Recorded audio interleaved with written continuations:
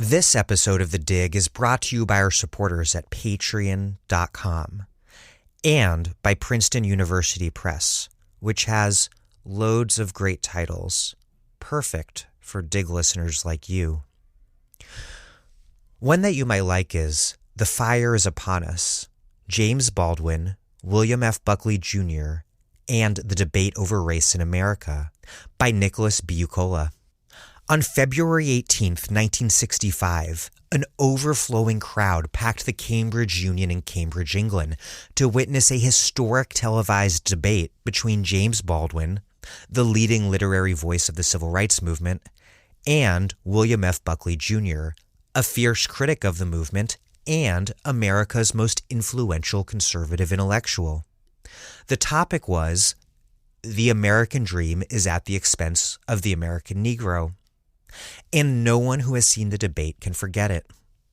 This is the first book to tell the full story of the event, the radically different paths that led Baldwin and Buckley into it, the controversies that followed, and how it continues to illuminate America's racial divide today.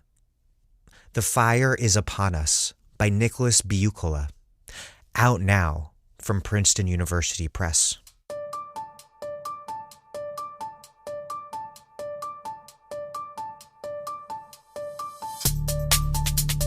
Welcome to The Dig, a podcast from Jacobin Magazine.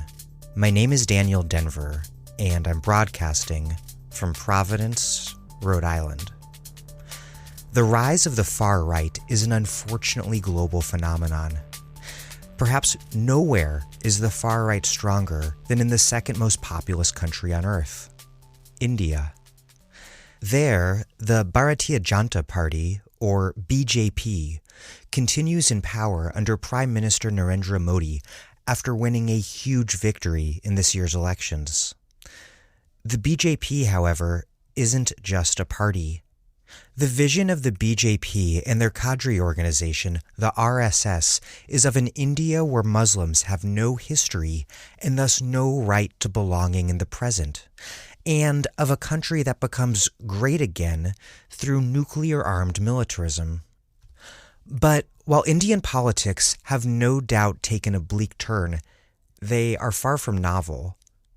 Today's disastrous state of affairs, as my guest Achin Vanaik explains, has deep roots going back to before partition, and the BJP's rise, he argues, can only be made sense of in the context of the triumph of neoliberalism and the fall of the long-ruling Congress Party, and of its Nehru-Gandhi ruling dynasty, which stretches from Jawaharlal Nehru through Indira Gandhi, Rajiv Gandhi, and Rahul Gandhi, all of no relation to Mahatma Gandhi, the independence leader who, for many in the West, has become anachronistically synonymous with the Indian nation. Before we get this started, this is, above all, a listener-supported operation, and we can only pipe interviews like this into your earbuds on the weekly because you support us at patreon.com/thedig. We paywall nothing. We have no venture capital or idiosyncratic billionaires. Just ads for cool books and you. Plus, we have excellent books to send you for free as a thank you gift, including Feminism for the 99%, a Manifesto, by Cynthia Arutza, Nancy Fraser, and Tithi Bhattacharya. And so if you're currently walking your dog, shirking at work, grocery shopping, or striding upon an elliptical at your local YMCA, remember, take a few quick minutes when you're back at your computer and contribute what you can at patreon.com/thedig. That's patreon.com/thedig. Okay, here's Achin Vanaik, a retired professor of international relations at the University of Delhi and founding member of the Coalition for Nuclear Disarmament and Peace, India. He is the author of The Rise of Hindu Authoritarianism, Secular Claims, Communal Realities, and forthcoming, Nationalist Dangers, Secular Failings, A Compass for an Indian Left. His work has also appeared in many publications, including New Left Review, Jacobin, and Socialist Register. I'll put some links to his recent work in the show notes.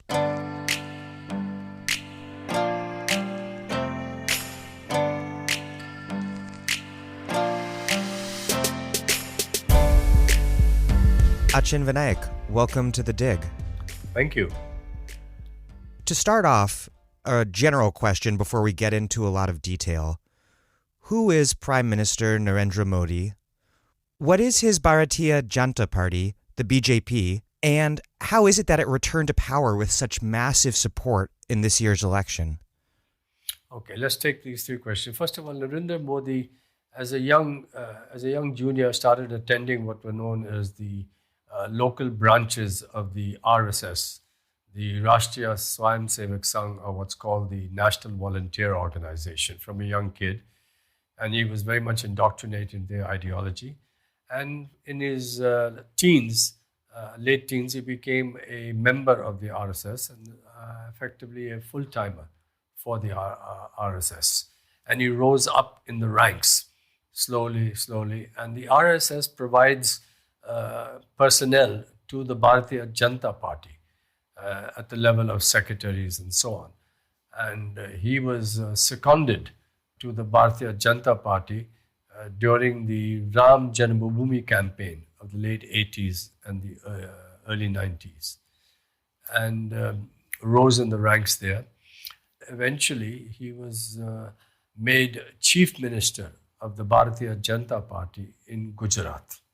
And subsequently, after the 2002 pogrom against Muslims, in which, of course, he had a very important role to play, his popularity among the cadres of the RSS increased. He won the elections in Gujarat successively, became more and more popular with the RSS cadre base. And just before the 2014 general elections, in 2013, he was made the prime ministerial candidate of the Bharatiya Janata Party, sidelining the top leaders like Achin Vanaik, who was the number 2 under the former Prime Minister Atal Bihari Vajpayee, who led a BJP coalition between 1998 and 2004. So that's Narendra Modi. Your second question was about the Bharatiya Janata Party.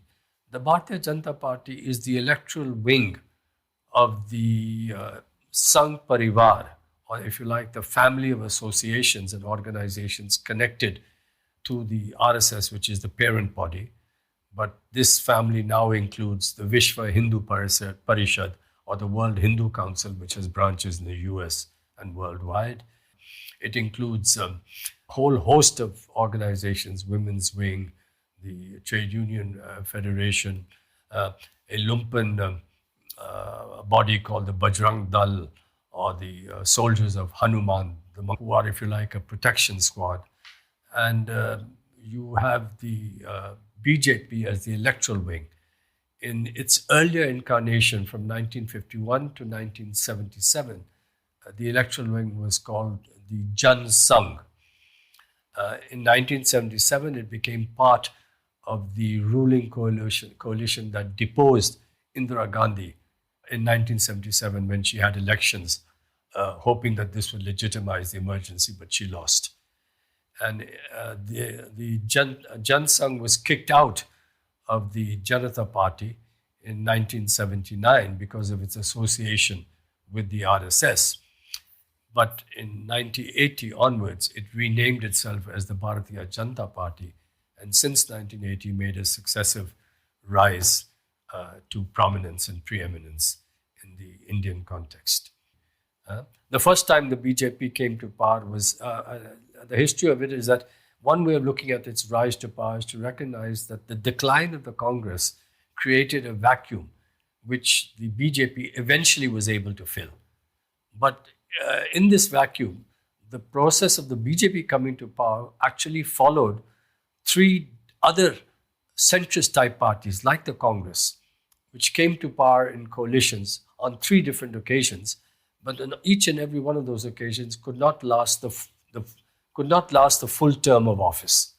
So what you like is that the Congress party declines, its place electorally and at the government level is filled by three different centrist, non-BJP, non-Congress type parties leading a coalition. None of them succeed in stabilizing themselves. And only after this experience, the BJP comes to power, leading a coalition in 1998.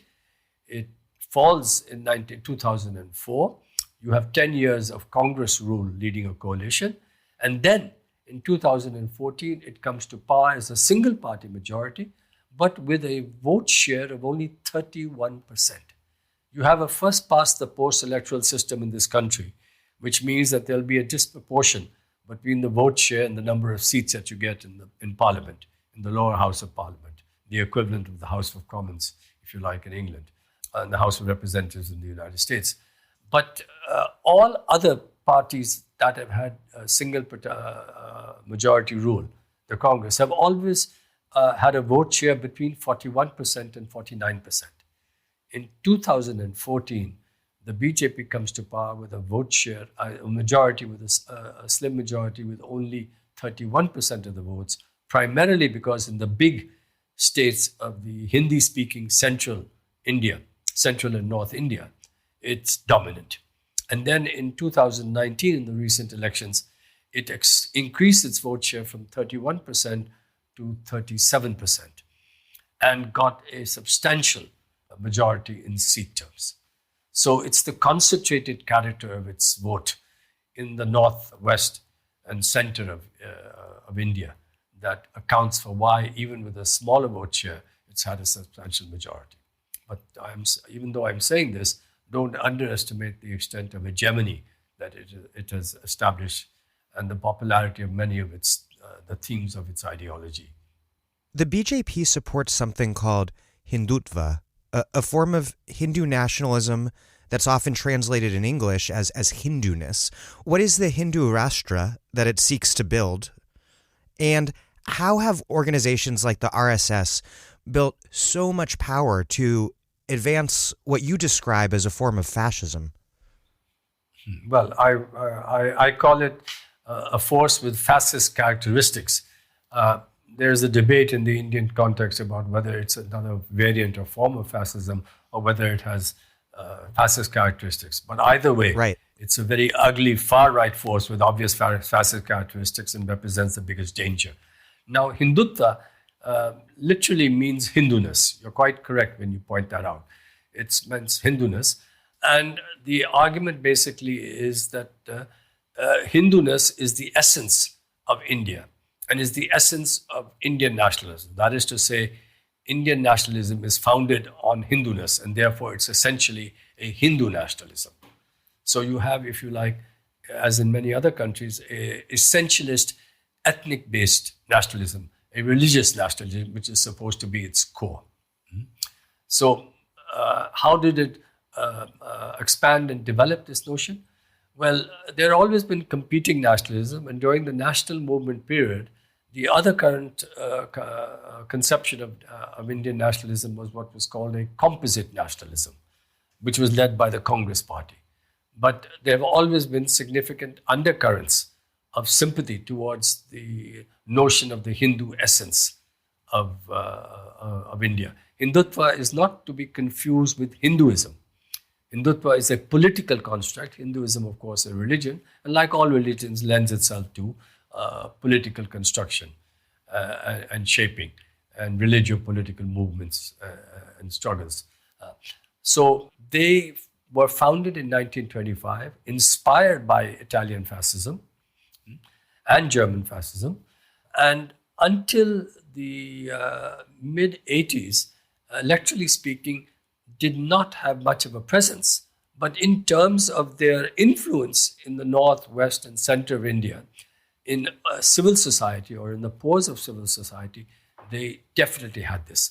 And the real key to their success is that they have had a massive cadre implantation in Indian civil society, addressing all kinds of issues and needs.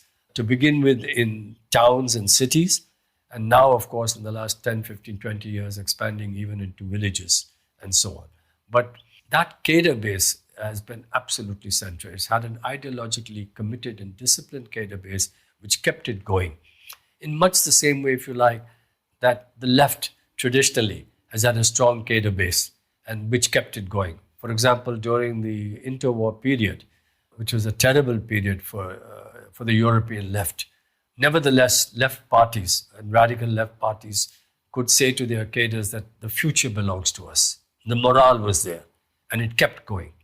Similarly, they were able to keep going despite their absence of electoral strength. But they were the only force that has had this kind of massive cadre base and implantation. And you know, if you try to compare the RSS and the larger family, what is called the Sangh family, to other far-right forces in other parts of the world, please note three distinctive things about this particular force, which I think also helps to explain its strength. One is longevity. Is there any other far-right force in Europe or in North America or anywhere else that has had a continuous existence of over 90 years? Well, this force has.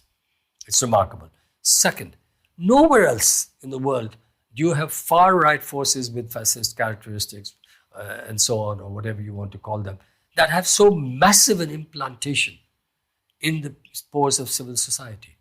Duterte in Philippines does not have it. Bolsonaro in Brazil does not have it. Le Pen has electoral populism. She doesn't have that same implantation. So that's a second difference. It's profound. In fact, even though the Congress established its hegemony from 1947 Indian independence until the late 60s, in 1947, the RSZ had in numbers a stronger cadre base. And then let us not forget that it has had a number of organizations that have emerged that have connected itself to it.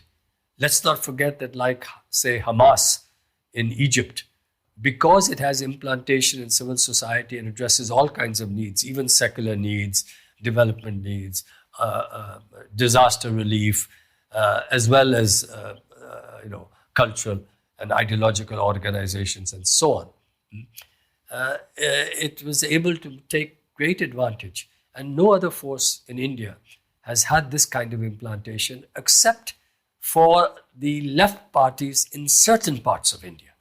As you know, what's common to the far left or even the left, mainstream left historically, and far right, is that both have had strong cadre-based formations. The Congress party had activists during the national movement period, but its ideology afterwards was a mishmash. It never had cadres as distinct from supporters and a structure of leadership connected to patronage and clientelist networks. So the BJP has grown. Let me give you some rough figures for you to get a sense of that. The BJP says that we have 180 million members, which makes it larger than the Chinese Communist Party. Of course, you can become a member by simply giving a missed call, and you're a member. Okay, so you have tens of millions who may be members this way, but it still indicates the popularity of even passive membership for the BJP. It has around 800 NGOs doing work of all kinds. It has 36 affiliates. It has the largest numbers trade union federation. It has the largest student federation in the country. It has a significant women's wing. I've already mentioned the Vishwa Hindu Parishad, the World Hindu Council, which has branches abroad and so on, which deals with cultural and religious matters and so on. The RSS is estimated to have anything between 3 to 5 million members. It has a host of full-timers. It has something like probably around 60,000 branches in different cities and towns and Mufassal towns in India. And that's absolutely enormous when you consider that it's a cadre organization. Yes. Now, of course, not everybody are cadres. In India and Britain, we pronounce it as cadres, so I hope you don't mind that. Oh, no. Pronounce it as you prefer. Yeah. It is. But, of course, what it has is the spinal cord of the RSS, which is the parent body, and which is able to lend many of its full-timers like Narendra Modi to the BJP or to other affiliates as, people to oversee and supervise what's happening, the trade union front, the student front, so on. Its full-time sort of cadres are a structure which is top-down and very obedient to those above them and very forceful in ensuring that there is obedience below them. And that's really the great source of its strength. It has full-timers, but I don't know what are the number of full-timers as distinct from simply members of the RSS, but even those which are not full-timers will be active members, because that, of course, the RSS demands for them. It has the biggest troll army, which meets, whose sections meet once a week. So it's really been in tune with the kind of developments in communications technology, which has enabled it to spread its message. I mean, there's more and more that I can say about what it's been able to do recently, but I'll stop there just to give you a sense of its strength. The Indian National Congress was, for decades after independence, the dominant force in Indian politics, but today it has been reduced to a shadow of its former self. And you write that we can't understand the BJP's new hegemony without first taking account of how the old Congress hegemony worked and how it then came undone. I want to talk about that a little. And to start off, can you explain what was the Congress model for hegemony after independence, starting under Prime Minister Jawaharlal Nehru, who governed until 1964? Okay, well, the real, of course, the hegemony post-independence of the Congress Party was obviously related to the fact that it led the national movement. The RSS never seriously participated as an organization in the national movement, even as it claimed to be nationalism, because its basic enemy was Muslims, not the British.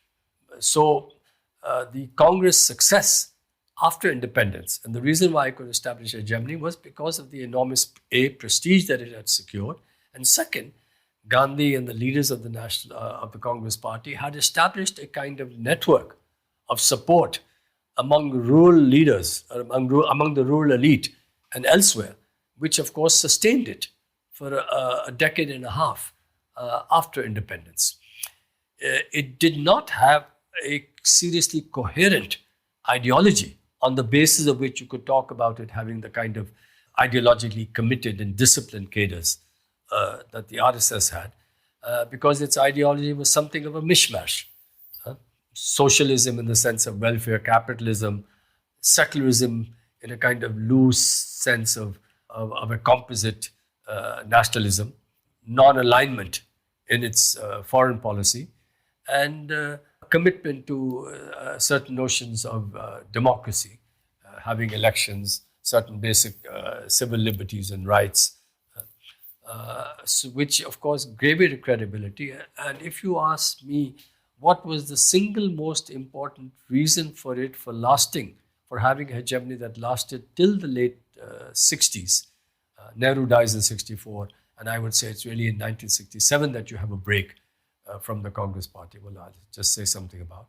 It's basically its great prestige, its network of patronage and clientelism that had been established, and the fact that in the first 15, 20 years of Indian independence, you had some considerable improvement relative to the past in the living standards and life of ordinary people. Under colonial rule, of course, the situation is very bad. You had from 1947 till the late 60s, you had a growth rate around 3.5%, 4%, 4.5%. You had the development of a public sector. You had the development of an infrastructure. You had the expansion of the government with employment opportunities here and there. You had a certain limited land reform here. So all of these things, I would say the developmentalist aspect, not the ideological aspect, played a significant role in sustaining it. But this had to end. There was by the late 70s, it was quite clear that the Congress was not going to be able to fulfill its promised goals of development. And most important, what happened is that the rural elite began to break away from its loyalty to the Congress and form its own regional parties. In other words, if you like, the regionalization of the Indian polity really begins there and becomes a problem for the Congress party. And so in 1967, you had at the regional level parties, non-Congress parties, coming to the fore in a way which was not the case beforehand, when the Congress was the dominant party at national elections and was also the dominant party in most provincial, state-level elections. And then, of course, these regional parties become stronger. They become part of the coalition framework and so on. So that's really when it did not have any kind of a cadre which would remain that committed to it. It became basically, and has remained basically, a party that depends upon having access to state power and through mechanisms of patronage and clientelism can then support base more widely. Congress ultimately moved from a developmentalist economic program to neoliberalism. How did that play out historically? And did Congress and the BJP's neoliberal consensus help to create space for the BJP's ascendance?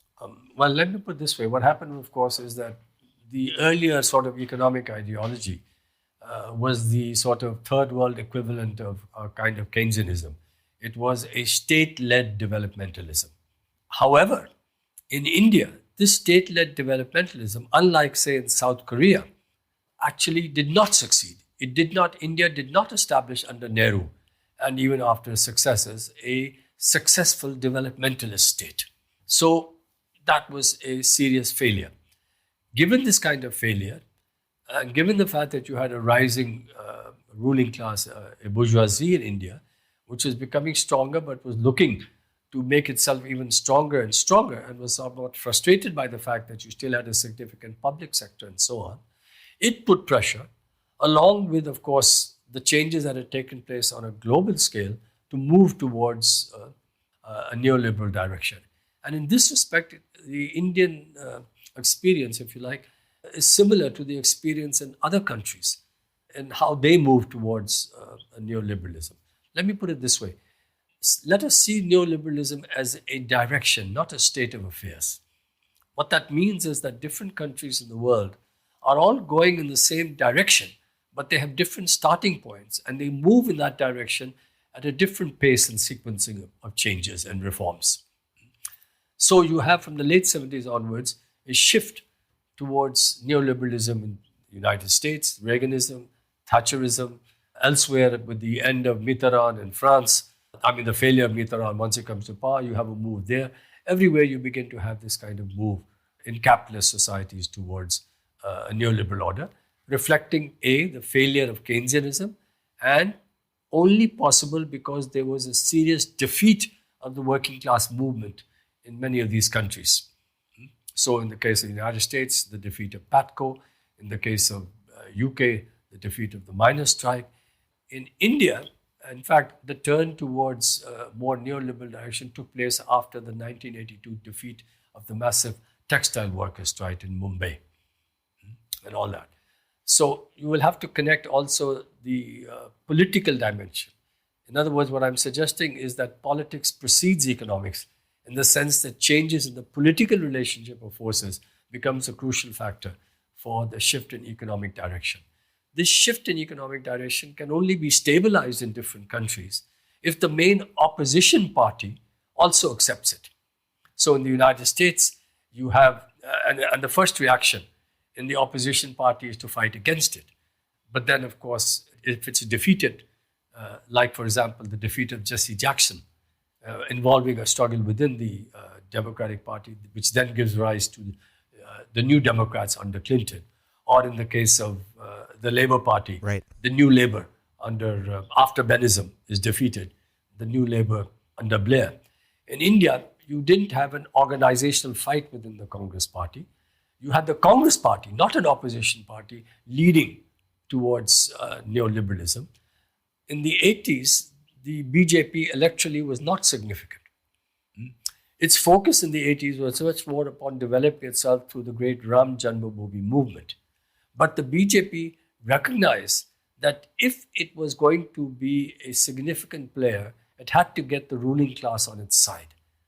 And therefore, what the BJP does is actually, and the Sangh Parivar does, is actually abandon its earlier economic nationalism, which was earlier part of its notion of nationalism, and goes along with the neoliberal drift.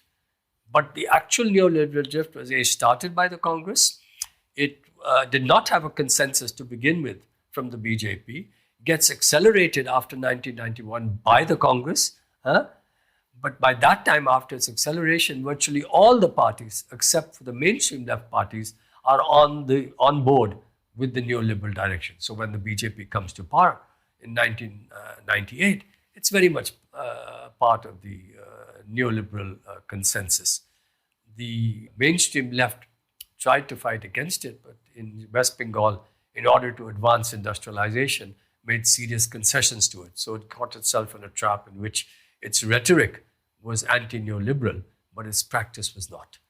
And I would say that that is the way that one can trace the movement towards neoliberalism here. And in all cases, on a worldwide scale, I'd say, what you had from the late 70s onwards is what I have called, following Eric Hobsbawm, the politics of cultural exclusivisms in various forms. That is to say, which have taken the form of ethnicity, religion, and nationalism, either singly or in combination, and when they combine this with nation. And this took place everywhere. In the former First World, racism and anti-immigrant xenophobia in Europe. In the former Second World, ex-Yugoslavia, ex-USSR, nationalist irredentism, and everywhere in the world, religious extremism, whether you're talking about Christian extremism, religious Hindu extremism, religious extremism, Islamic extremism, Buddhist extremism, and of course, Israel and its extremist form of manipulation of Judaism. So this is something which is a global phenomenon, but all of these directions, right-wing directions, can only be stabilized depending upon the specificities of national right-wing politics and national right-wing ideologies. So the failures of developmentalism created great frustrations at the developmental level. You have much greater ideological disarray. You have increasing inequalities of income, wealth, and therefore of power, which undermine democracy. All of this creating a much greater arena of popular frustration and anger. And then, of course, it depends upon living politics in each country to see who can most benefit from it and who can direct and channel that kind of anger and frustration. And in the last 10 years, you've seen this taking the form primarily of right-wing and far-right authoritarian populisms. To what extent did Congress's emphasis on dynastic rule undermine its own hegemony, or at least facilitate its denial of the crisis of its hegemony as it substituted increasingly less popular family members for any sort of coherent ideology and organization? You see, when you say that it lacked a coherent ideology, you're right. When you say that it lacked a coherent organization, precisely. Unlike, say, the Democratic Party in the United States and the Labour Party in Britain, because which had organizations. And in the face of the initiation of the neoliberal turn by Reagan and Thatcher, there was an organizational fight in the Democratic and Labour Party. And it is the defeat of that fight of Jesse Jackson and of Benism that then transformed the Democratic and Labour Party, and by doing so, stabilizes the direction of neoliberalism. In the Indian case, there was no real opposition to the Congress party, which was anti-neoliberal. And the Congress party didn't have an organizational structures. So it was really the leadership and the coterie around the leadership that basically decided the shift towards neoliberalism. So the dynastic family, in a certain sense, was the one that could play a much more disproportionate role in directing the policies of the Congress party. And it is not surprising that this also created considerable disillusionment and unhappiness with the Congress party.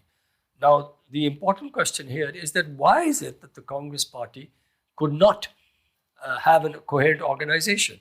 Well, I gave you part of the answer in saying that it had transited towards a kind of patronage and clientele network, but having lost its rural structure of elites controlling those below, it didn't have that.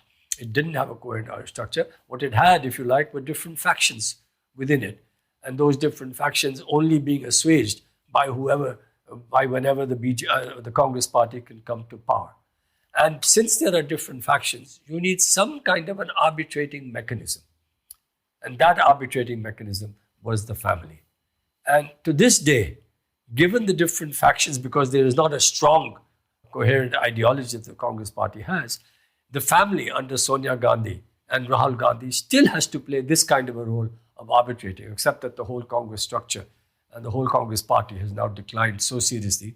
So we may be seeing not just the end of the dynasty, but also the big decline towards almost nothing of the Congress party. Given its history and longevity, I'm not going to predict that it's going to go into oblivion. But what I can say is that the Congress party is classically a kind of centrist party, much like the one-time centrist parties of Latin America, which were crucial in the development of their societies after Second World War, pursuing, like the Congress party, import substituting industrialization, being broad centrist parties which had a left faction within it and having a right faction within it.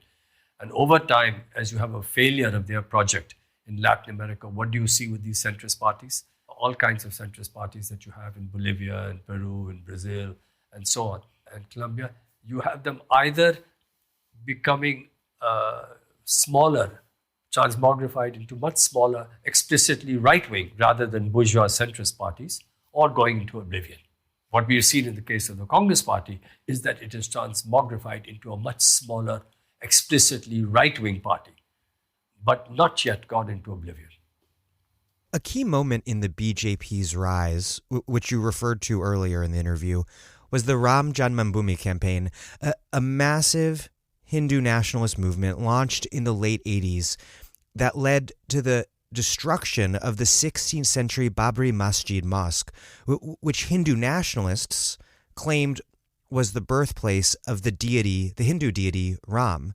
Explain this campaign and how Hindu nationalists used it to mobilize Indians around Hindutva politics and to build BJP power during this period where the BJP was really nowhere near yet taking political power. Right. Well, the point is that this was the single largest, most sustained popular movement since the days of the independence struggle. It lasted for years. It was a massive movement in North, West, Central, and some support even from the South and East, of course, here.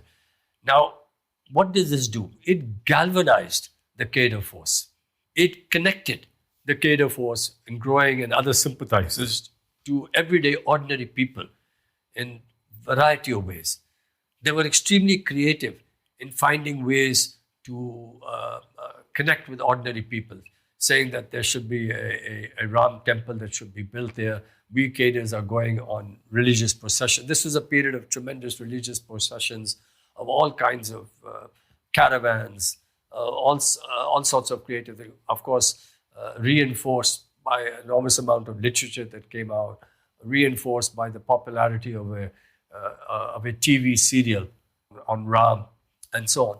And giving ordinary people something to do by which they could connect to that. So, for example, saying that, look, let's have some consecrated bricks by which we should collect at that site in order to build a future Ram temple. So, of course, you get people to consecrate the bricks or help them. Or you have people making this and they say, look, these people are doing all kinds of worthy things for that. Please make some rotis and paranthas for them so that they can have food while they are traveling by foot over long distances and here and there. And then you will get households preparing that and so on. In other words, connecting this thing.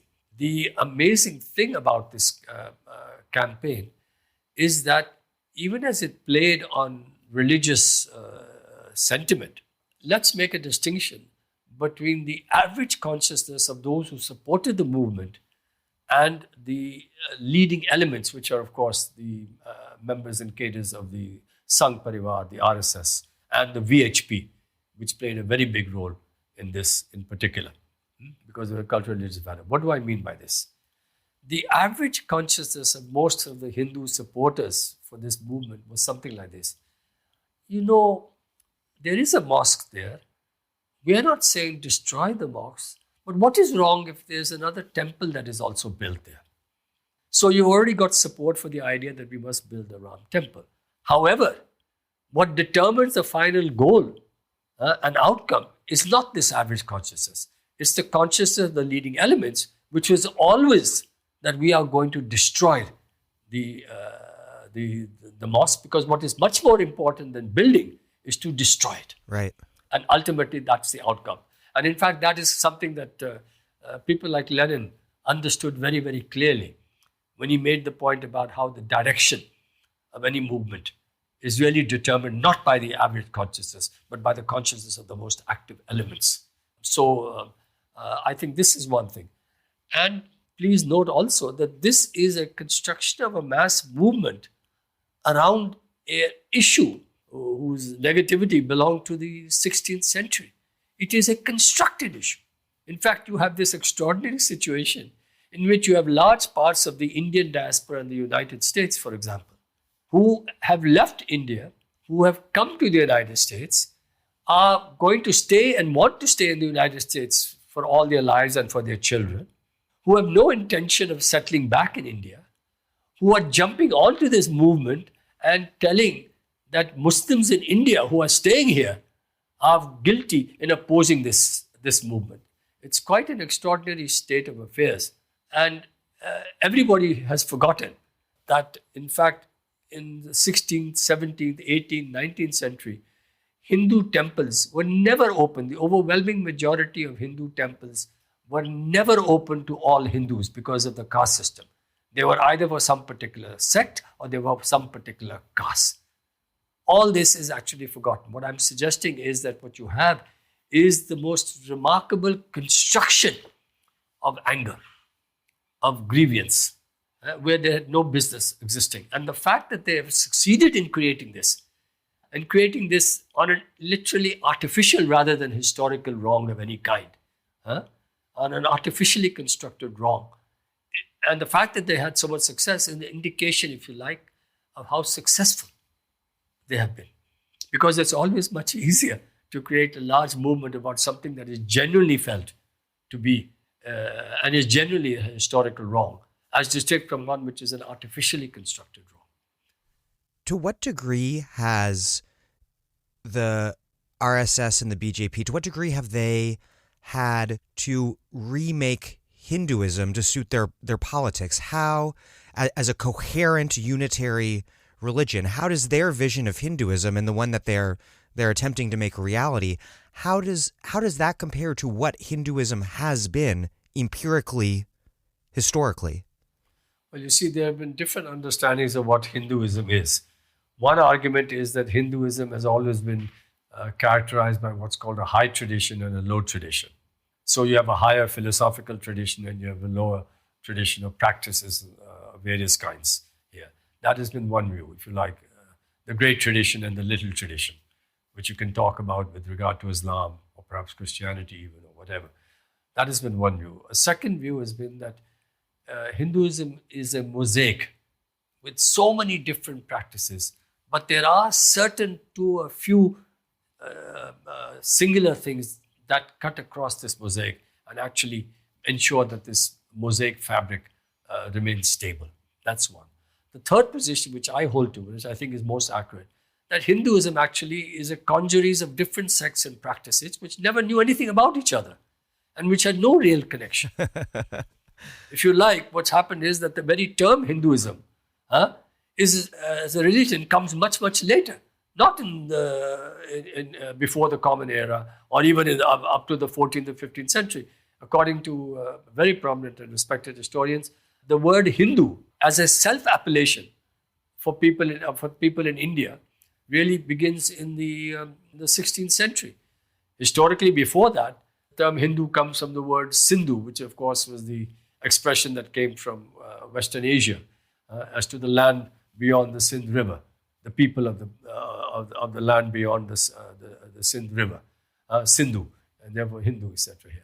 And this really is the case. It's actually a construction of a supposedly singular religion, which didn't come about from the RSS or the BJP or the Sangh Parivar, but came about obviously over centuries, since the 16th century, 17th, 18th, 19th, 20th century, from a whole host of factors and so on.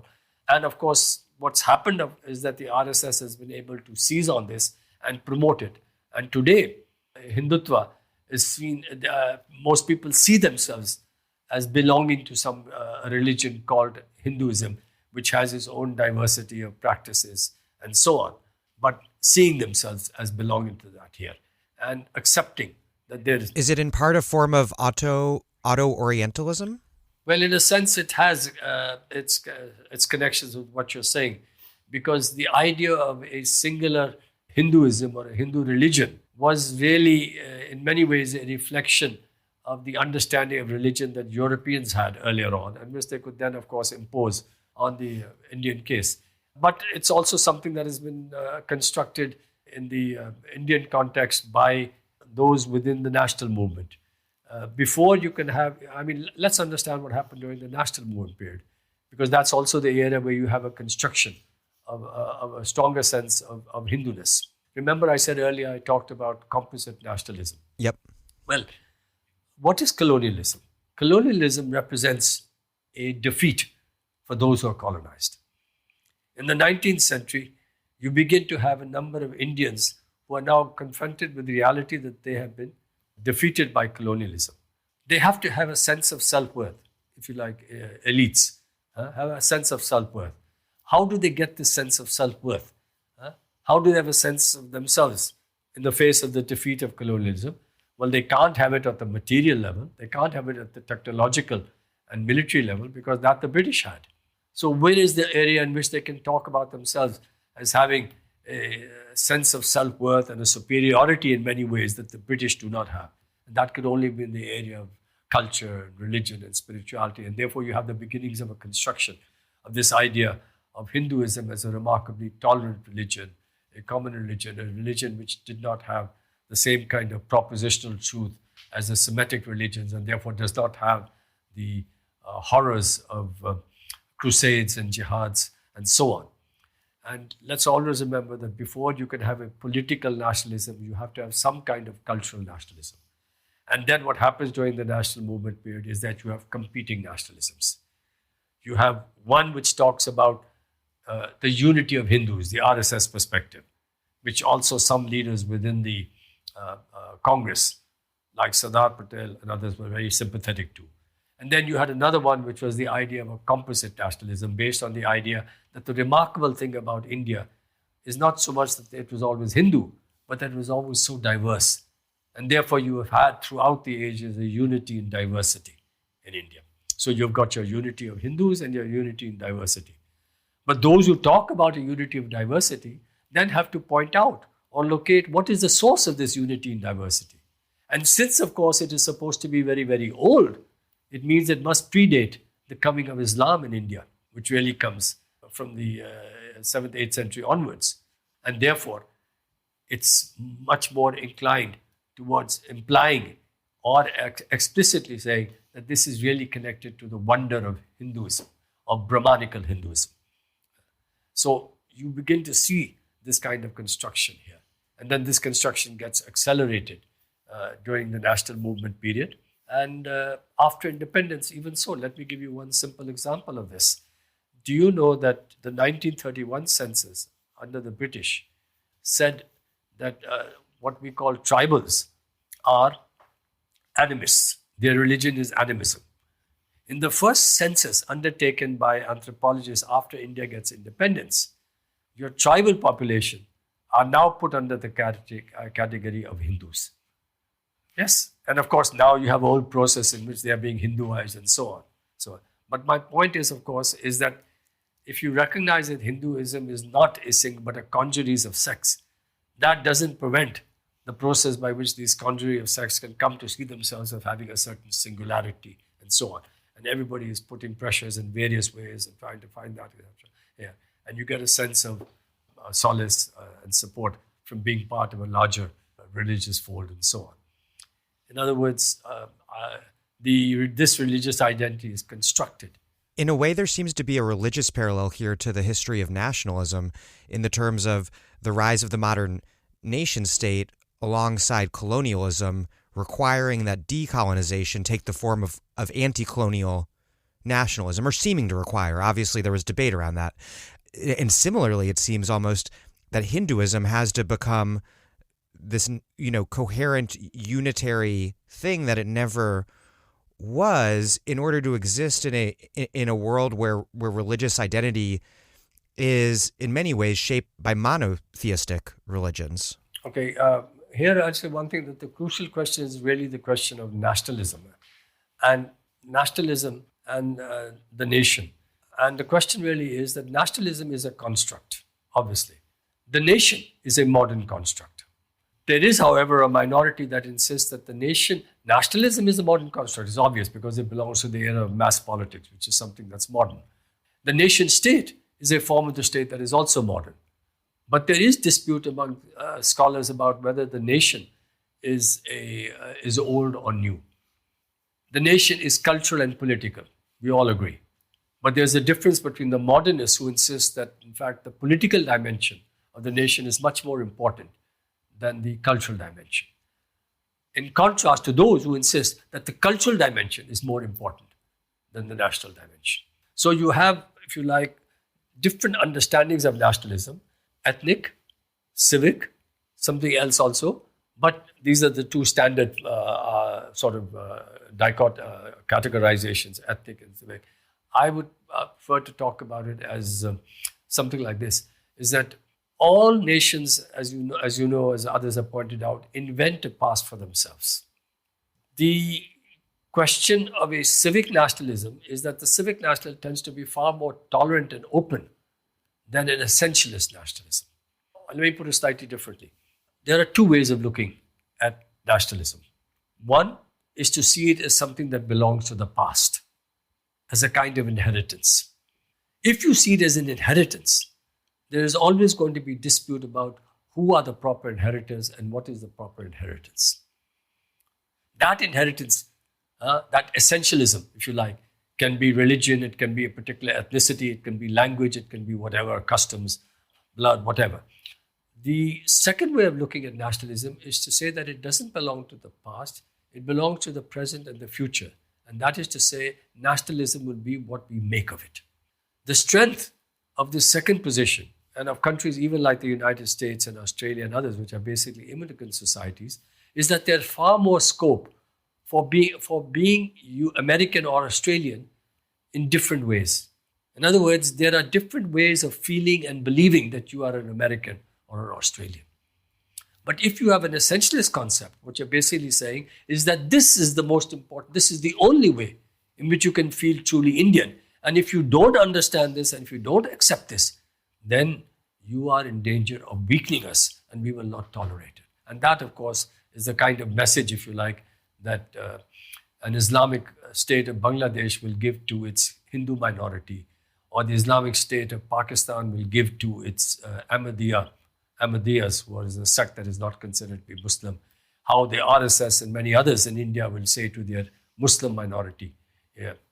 Or if you like, how the Germans would say that you are Jews and therefore you're not truly German, because that's based upon Aryanness or whatever. Or if you like, Margaret Thatcher saying that the culture of England is being swamped by Asians. Or if you like, those who still believe in a kind of white nationalism in the United States, who see Mexican immigrants or blacks as not truly American in the way that white nationalists are. Although that's a declining force in the United States, I would assume. But of course, Hindu nationalism is expanding in the Indian context. If I could just elaborate a little bit on this, it's called a sleeping beauty concept of nationhood. Can I elaborate a bit on this idea of the sleeping beauty sleeping beauty concept of nationhood? Can I elaborate on that? Please do. Okay. It's like this. You all know the story of Sleeping Beauty. This wonderful Sleeping Beauty was put to bed, well, for a Western audience, I don't need to explain it. What does it mean in the Indian context? It means that for the forces of Hindutva, the essential sleeping beauty, the beautiness of India, which has been slumbering for so long, was Hinduism. And then it needs to be awakened. And just as Prince Charming kissed Sleeping Beauty to awaken Sleeping Beauty, similarly, the forces of Hindutva will give the kiss of politics to the Sleeping Beauty and awaken it so that more and more will understand. And just as Sleeping Beauty was put to sleep by the evil witch, the witch that actually put our Sleeping Beauty of Hinduness to sleep, was it the Turks? Was it the Afghans? Was it the Persians? Was it the Mughals? No, it was Muslims. Because when you say Muslims, you can combine all of them and you can make those who live in India as Muslims that have come from all sorts of sources, etc., as complicit and as the evil witch that must be paid back for causing this slumbering. It's a form of organic nationalism. It talks about nations existing in the ancient past, nations having an indelible character which is based on some fixed cultural property, which may be sleeping but can be awakened, and so on. And this organic nationalism, incidentally, like you were earlier implied, actually comes from the 19th century German Romantic tradition and got imported into India. So ironically enough, the views of the RSS and those who support that Hindu nationalism doesn't even come from the Indian parts. It really comes from what is adapted and adopted from the West. Which requires rewriting, a massive rewriting of Indian history. And now the BJP is literally attempting to rewrite that history. Yeah, and the first speech that Modi gave when he became Prime Minister in 2014 was to talk about 12,000 years of foreign rule. So in other words, he's not interested in British. The British didn't come in the 16th. Well, I mean, the East India Company came in the 16th century, yes. But he's making it 1200 centuries ago because he wants to indict, above all, the key foreigners, which are the invasions that the invasions that came in the past. But India was never a united place in which you could talk about invasions of India as a whole. It itself was just a conglomerate of so many different things. It's a name that we give to a part of the world which has so many different kingdoms and so on. And all of these kingdoms had connections with each other, this, that, and all the rest of it. So you see that that's really and the rewriting of history is taking place now in various ways. So the BJP and RSS, they think of the sort of outside occupation of India as dating back even before the Mughals? Oh, yes. I mean, the Mughals come later. You have the Afghans, you have the Turks, you have the Persians. I mean, if you look at different rulers who've come, they're coming from different parts. So, yes. So where's the primordial free India? When did that exist? That existed before the Muslims came. And parts of India where Muslims came, they didn't even come in the wake of rule by kings or anything like that. They came as a result of trade. Therefore, among the earliest Muslims came as a result of trade between Arabia and the sort of western peninsula, western seaboard of India, in places like Kerala, for example.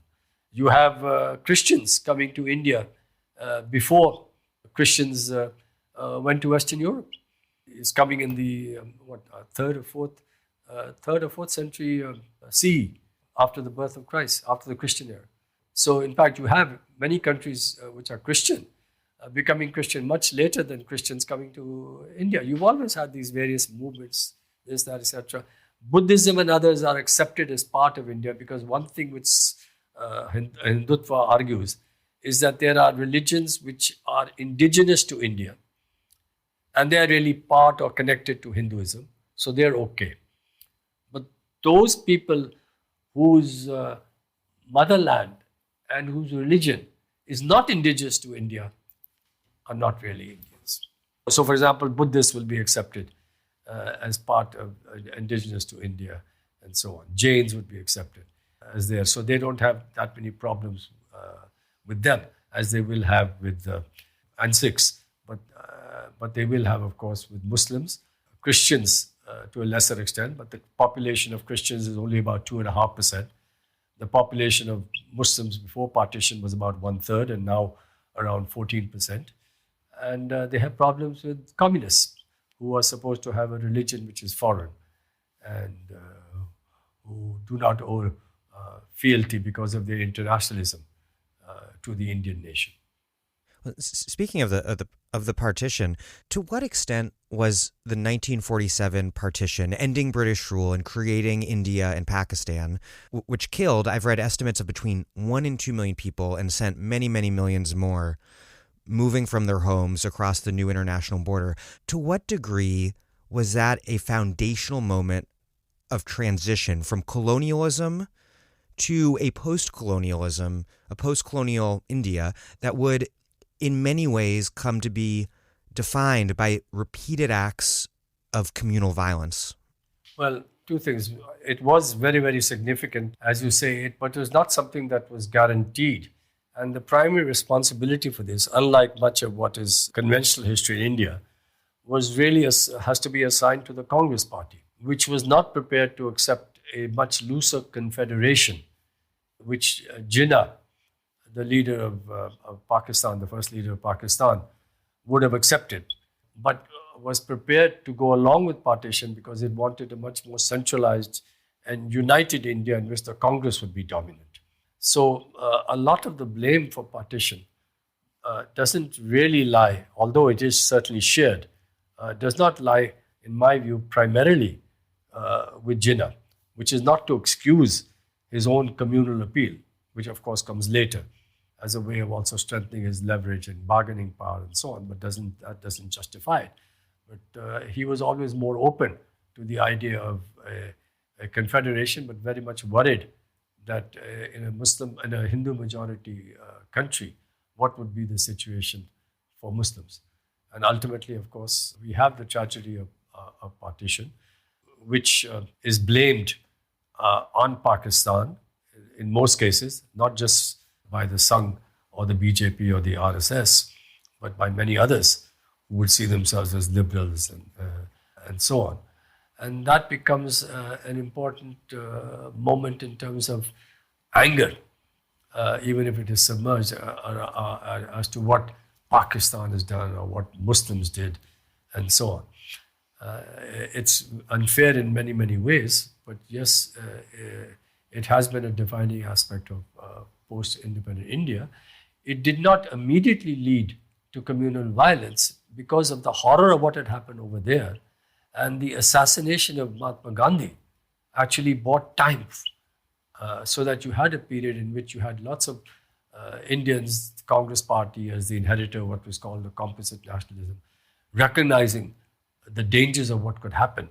You didn't really have that, except that in 1948, you did have a massive pogrom in the province of Hyderabad related to the question of uniting India. But after 1948, it's really in the early 60s that you begin to have more significant communal riots, and also disturbingly, the participation of police and paramilitary forces in independent India and assaults on Muslims as well. Paul Brass, the American scholar, had provided statistics which he was able to get from official Indian sources up to the late 80s, in which it was pointed out that over 70-75% of victims in communal violence are Muslims, although they constitute only 13-14% of the population. Since then, it is not easy to get statistics which would give you a religious breakdown of victims in communal violence, but it is very safe to say the overwhelming majority of victims of communal violence are Muslims, which does not mean that there have not been communal incidents and acts and episodes in which a significant number of Hindus have died, or that there have not been a few occasions on which such assaults have been led by people from the Muslim community. What is the political function for the Hindu right of communal violence? When we think about kind of mass riots anywhere, we tend to assume that they have a kind of spontaneous, almost pre or extra political character, but you write that that's not exactly right when it comes to communal violence in India. Not at all. Communal violence always requires preparation, it requires a trigger, and it requires a follow-through. An environment has to be created of tension, of horror and all, which is deliberately done. A trigger usually takes place, often constructed, sometimes just something there which is relatively minor but can be the spark. And then you also have people who mobilize. The idea of spontaneity as being something that is counterposed to organization is basically a mistake. Even in the most spontaneous, or what we call events, there will always be organization of some sort. But communal rights on a large scale are not. And communal rights organized by the RSS BJP are for political purposes. And therefore, there is a political control over them. A lot of work has been done. Stephen Wilkerson, for example, has done, which has pointed out that most communal riots involving against Muslims and so on take place in those states which have not a very small proportion of Muslims, but not a large proportion of Muslims either. That communal riots, the frequency of them or their occasions are very often very considerably related to forthcoming elections. So you have a whole series of factors here. Most communal riots until recently took place in smaller towns. Communal riots are also occasions, or communal programs are also occasions in which there can be paybacks by traders who can benefit from finishing off of their competitors, or the acquisition by force of property and so on, which can then be distributed. All kinds of things. In other words, there are also material factors and benefits that can accrue from communal rights if you're on the winning side. So when you look at this here, and what's very interesting is that the difference between the last 5-6 years and earlier, where you had, for example, 2002, I was part of a fact-finding group which went there and found out. And it was very, very clear that Narendra Modi sought to benefit from it. Some of the statements he made were extraordinary. He rationalized and justified what happened. The trigger was supposed to be a burning of a coach with Hindus. A train coach. A train coach in Hindus. In fact, we investigated that. And that too was a very serious provocation, which I won't go into now in detail, etc. But so much was made about it, and the bodies were deliberately brought into the big city, capital city of Gujarat, and paraded to arouse anger and so on. And there are statements by those who have now been persecuted that Narendra Modi said, let the Hindus vent their anger. And this was something that was also reported to us indirectly when we were carrying out our fact-finding report, which did come out later and which we did distribute to other people. But he made statements like, to every action there is a reaction, a kind of justification for the pogrom that took place. Places were set on fire through the use of these, what do you call them, these gas cylinders. But gas cylinders had to be collected beforehand. And they were collected beforehand and then taken over places. Mobs were organized systematically. And I mean, what can you say? Later on, when you have displaced Muslims in their tens of thousands in these desperate camps, you have Modi visiting and say that these camps are baby producing centers, attacking Muslims for their supposedly greater fertility and having many wives and therefore many children. Wow. And all this nonsense and all of these things. And he's got away with it. So I'm saying here, now what's happened, of course, is that in this period, there is no need for the RSS to have big communal riots, because capital isn't that happy with that because it disrupts business. Once in a while, it's okay. But what has happened now, which did not happen before, is the normalization and banalization of micro-level attacks on Muslims in various ways here. So you have assaults on Muslims here, there, everywhere, assaults on others who are seen as enemies, rationalists, for example, and overwhelmingly cases, the assailants get away with it. There is collaboration by the police, by the local judiciary, by all kinds of things. Given Modi's recent visit to the United States of America and the big hoo-ha that was made about it, people forget that even the United States, after the 2002 pogrom, which was enormously successful for the BJP and for Modi, he was not allowed to come into the United States. But then what do you expect now? The sort of normality of what is called realpolitik, whether the countries are democratic or not democratic, is of course to see what you can get out of your relations with each countries and so on. I won't go into that, but I will just point out one thing. 3 crucial events have been central to the BJP gaining wider popularity. And please note that these 3 central events are all symbolic of political violence in one way or the other. And they have been crucial in expanding the support of the BJP and the Sangh Parivar beyond the ranks of its faithful. Number 1, the 1992 destruction of Babri Masjid. Number 2, the 1998 Pokhran nuclear test explosions, after which India becomes a declared nuclear weapons power. And 2002, the Muslim pogrom against Muslims, which actually propels Modi to greater heights of popularity in Gujarat, greater heights of popularity within the RSS, and makes him the prime ministerial candidate for the Sangh family of associations that I call the Sangh Parivar.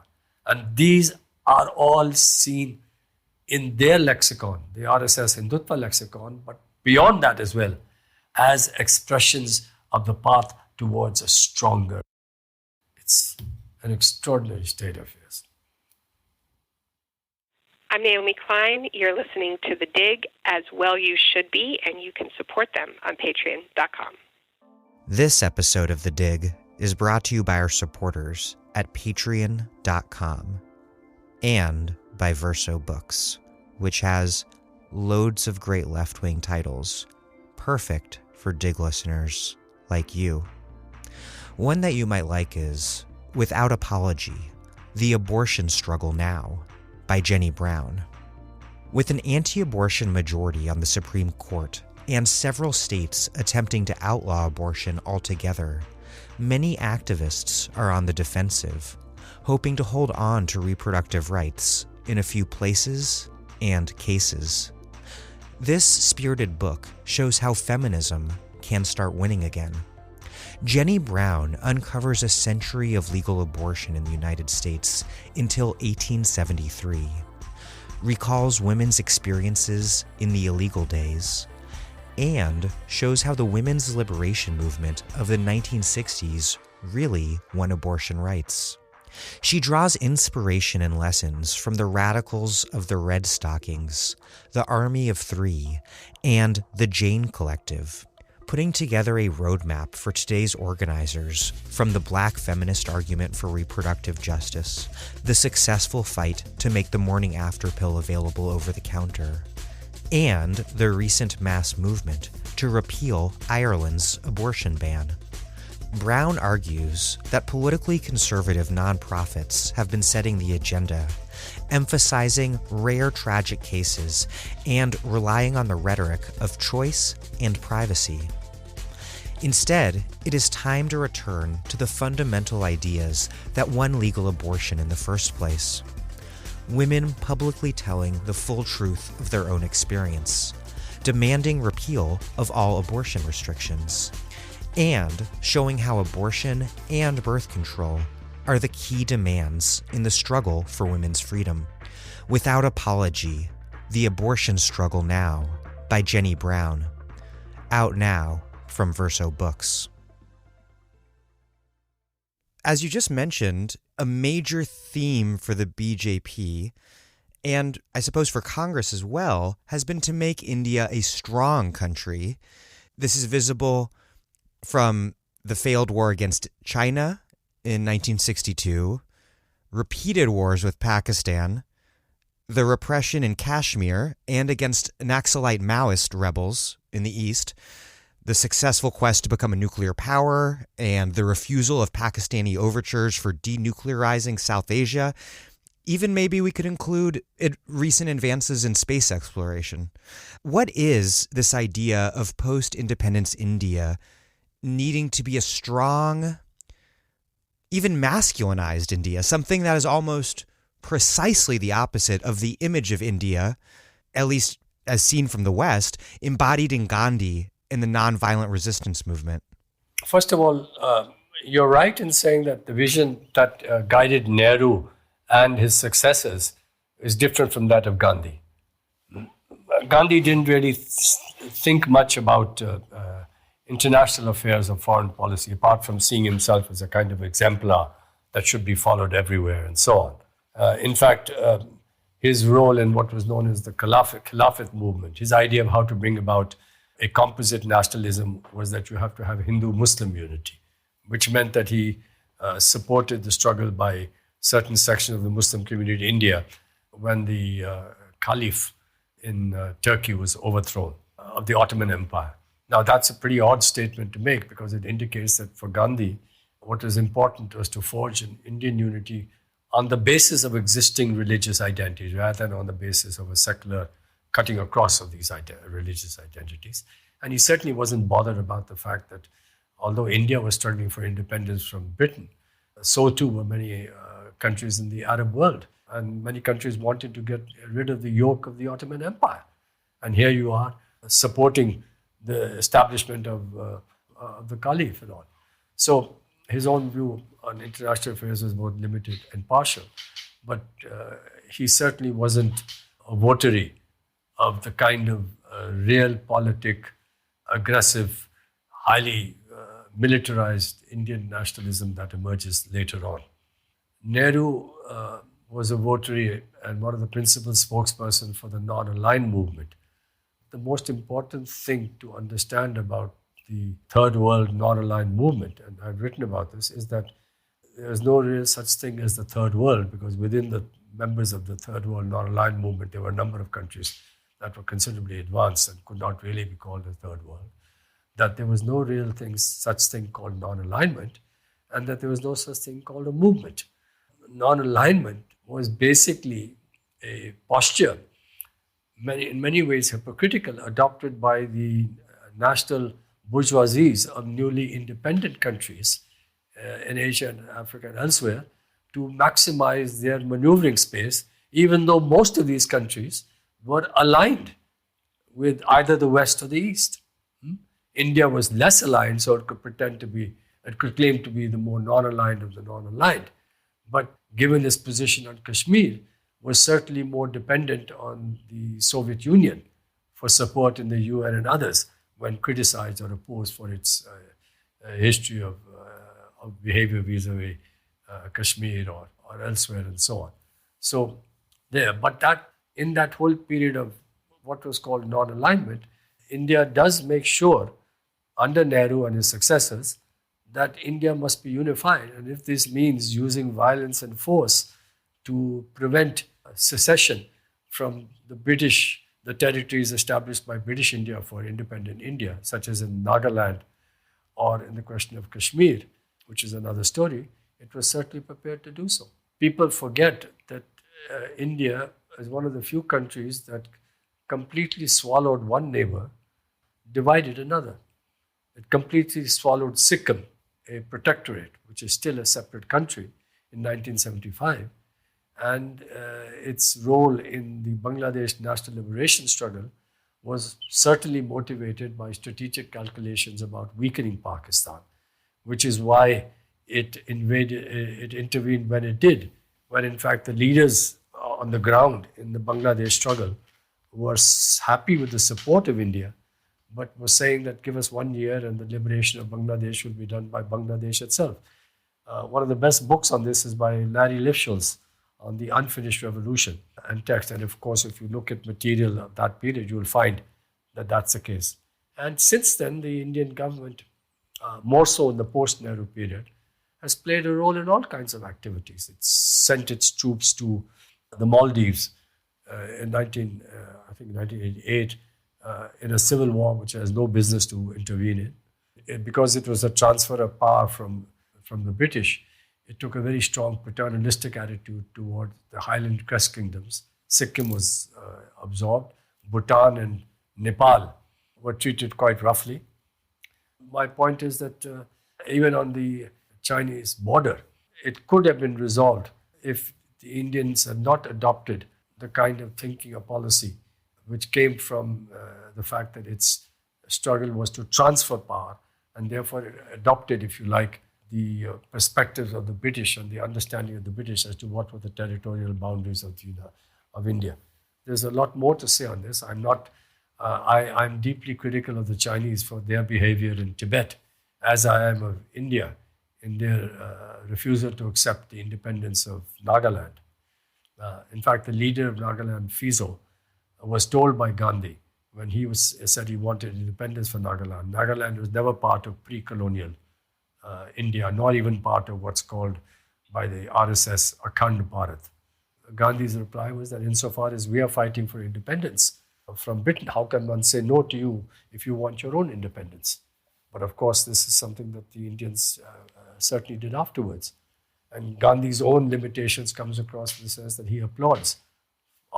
Despite being the so-called apostle of non-violence, he applauded the use of force in Kashmir in the 1948 situation. Of course, the problem in Kashmir has been that Pakistan and India both have always seen this as a bilateral issue, and neither of them were prepared to accept that the Kashmiris have a right to self-determination, and if they want independence, so be it. Which is one of many similarities between the Kashmir situation in Palestine, in the sense that Palestine for so long was treated as a conflict between Israel and Arab states, and Palestinians had to come forward and assert that it was a national liberation movement for Palestinians, not a diplomatic bargaining chip between rival states. No, I would disagree with you here, because in the case of the Palestinians, it was in some respects, in one respect, very significant, and that is to say that after the end of the First World War, you had the 1922 League of Nations giving France and Britain a mandate over the various territories in what is called the Middle East.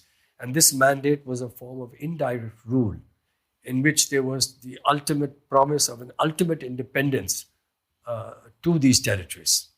So all of these territories were, in fact, through the mandate, assured or promised of an independence, and including Palestine. And whereas other countries did get independence, Lebanon, Syria, Jordan, and so on, this was denied to the Palestinians.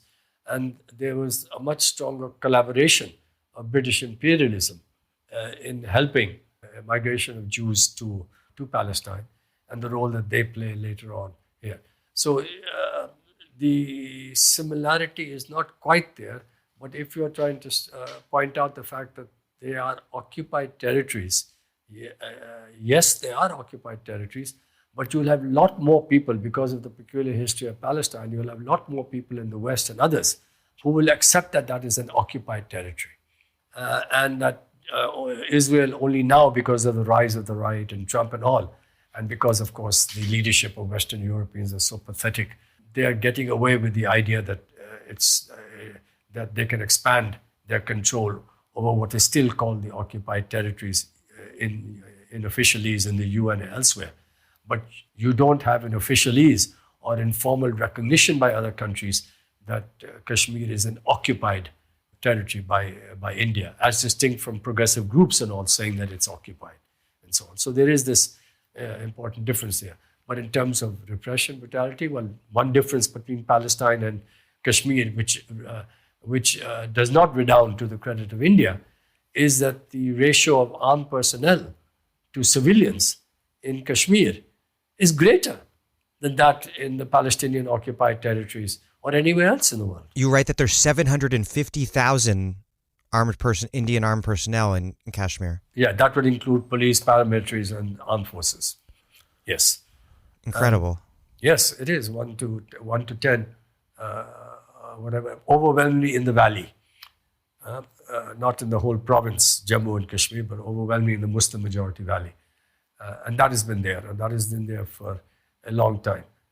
But the Western European governments will be saying, yeah, well, this is an internal matter, because the United States has relations with Pakistan, and it needs both Pakistan and India for its geopolitical interests.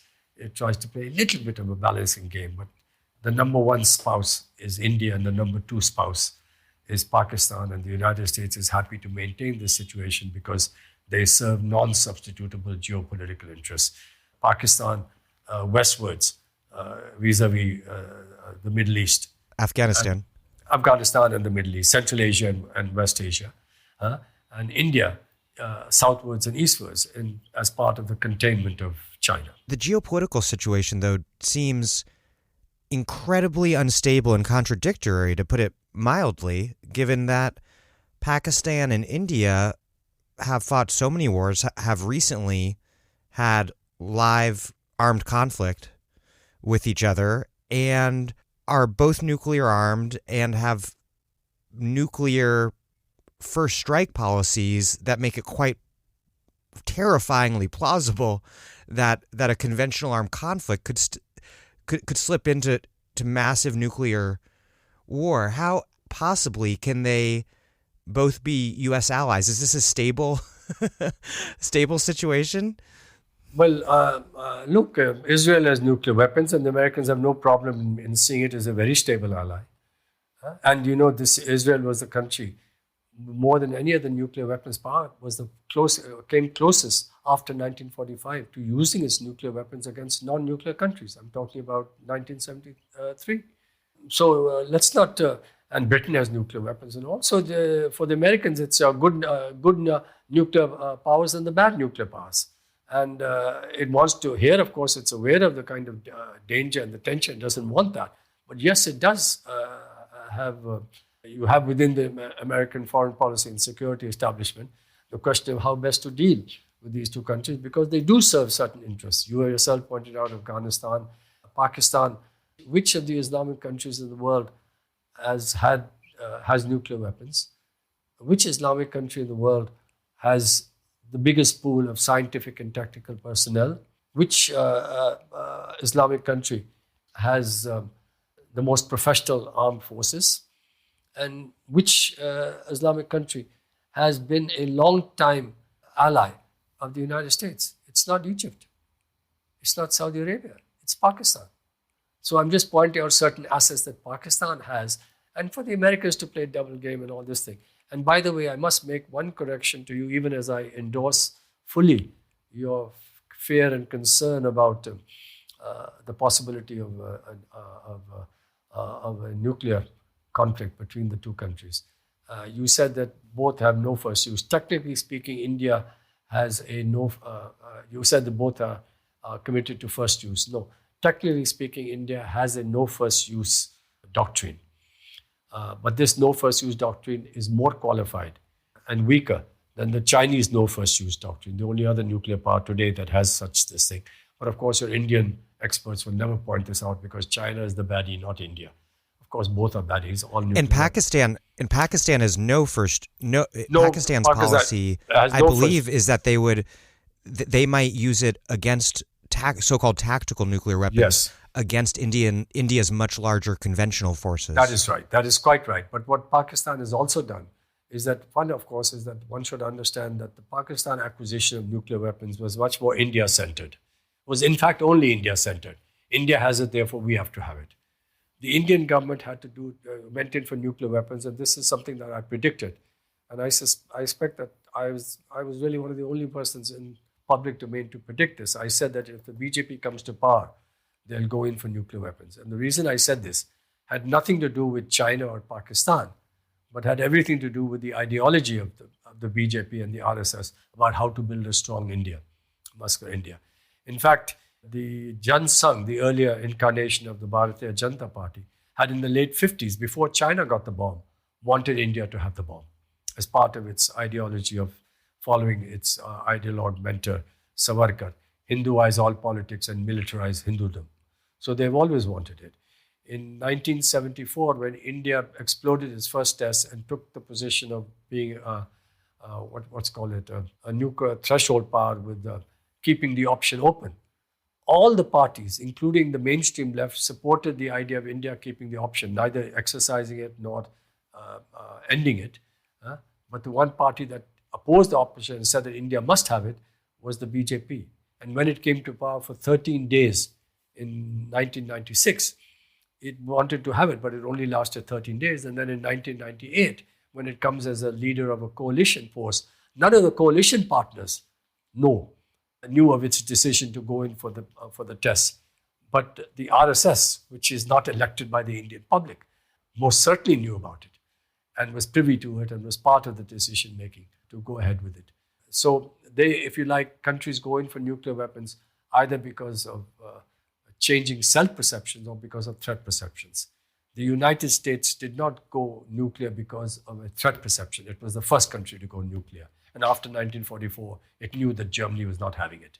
It nevertheless went and had it and did it to show that it was the tough guy on the block and that on the world block, and that it had to send a message to the communists of the Soviet Union and so on. Britain and France took nuclear weapons not because of threat perception, but much more to maintain themselves at the high table of the world powers, because they were the declining colonial powers. China, Soviet Union went in because of threat perception. The Americans have it, we have to have it. The Chinese in 1964 had a Sino-Soviet conflict and bad relations with the US. They wanted it because of threat perception. The US and the Soviets had it. The Indians do it in 1998 when in fact relations with China were improving, because like the US, Britain and France, much more to do with changing self-perceptions. Pakistan to do with threat perceptions. In fact, as you pointed out, in the period between 1987 or so, when Pakistan got the bomb, and 1998, it never had a test to match the 1974 test. It made a series of proposals to India to denuclearize, to which the Indian response would be, no, we have to worry about China and whatever. But of course, after the test explosions, when Pakistan also goes nuclear, it's very much worried about the greater conventional superiority, and like you have said, has said that if India advances in its conventional weapons and so on, they will reserve the right to use nuclear weapons on Indian soldiers in its territory, to which the Indian response has said that if you attack Indian soldiers anywhere, there'll be a full-scale nuclear assault.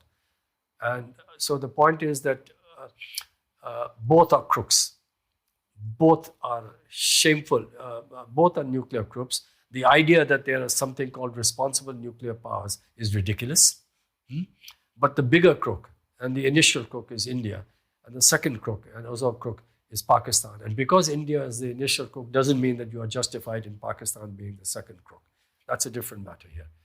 But the danger is a very real one. And the reason why I say danger is a very real one is not because India or Pakistan will calculatedly decide to use a first strike. The reality is much more dangerous in the sense that it's connected to what can be called an escalation dynamic. This is the only part of the world now that has had a continuous hot-cold war since their independence. The Cold War between Russia and the US ended. It may now be beginning again, but at least there was a hiatus. There's been no such serious hiatus there. Plus, unlike the relations between Russia, the Soviet Union, and the United States, these are two neighbors territorially connected to each other, which have had 4 hot wars. And the danger of a hot war is very simple.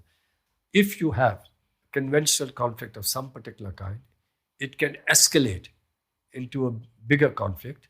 And then what will happen is that two sides which to begin with do not think of, or do not want and do not think of using their nuclear weapons, now have to start thinking that maybe the other side is going to use their nuclear weapons, in which case we must prepare our nuclear weapons.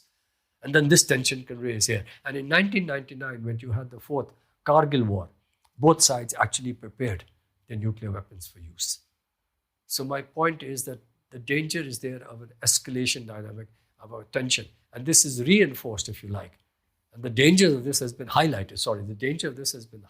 And the possibility of such a situation is highlighted is A, related to the extreme hubris of the RSS in India that we have to teach Pakistan a lesson. There's a great anger in India, not just confined to the RSS, but among even liberals and others in India, that is very much against the hyphenation of India and Pakistan. How dare you compare this small little country like Pakistan to India?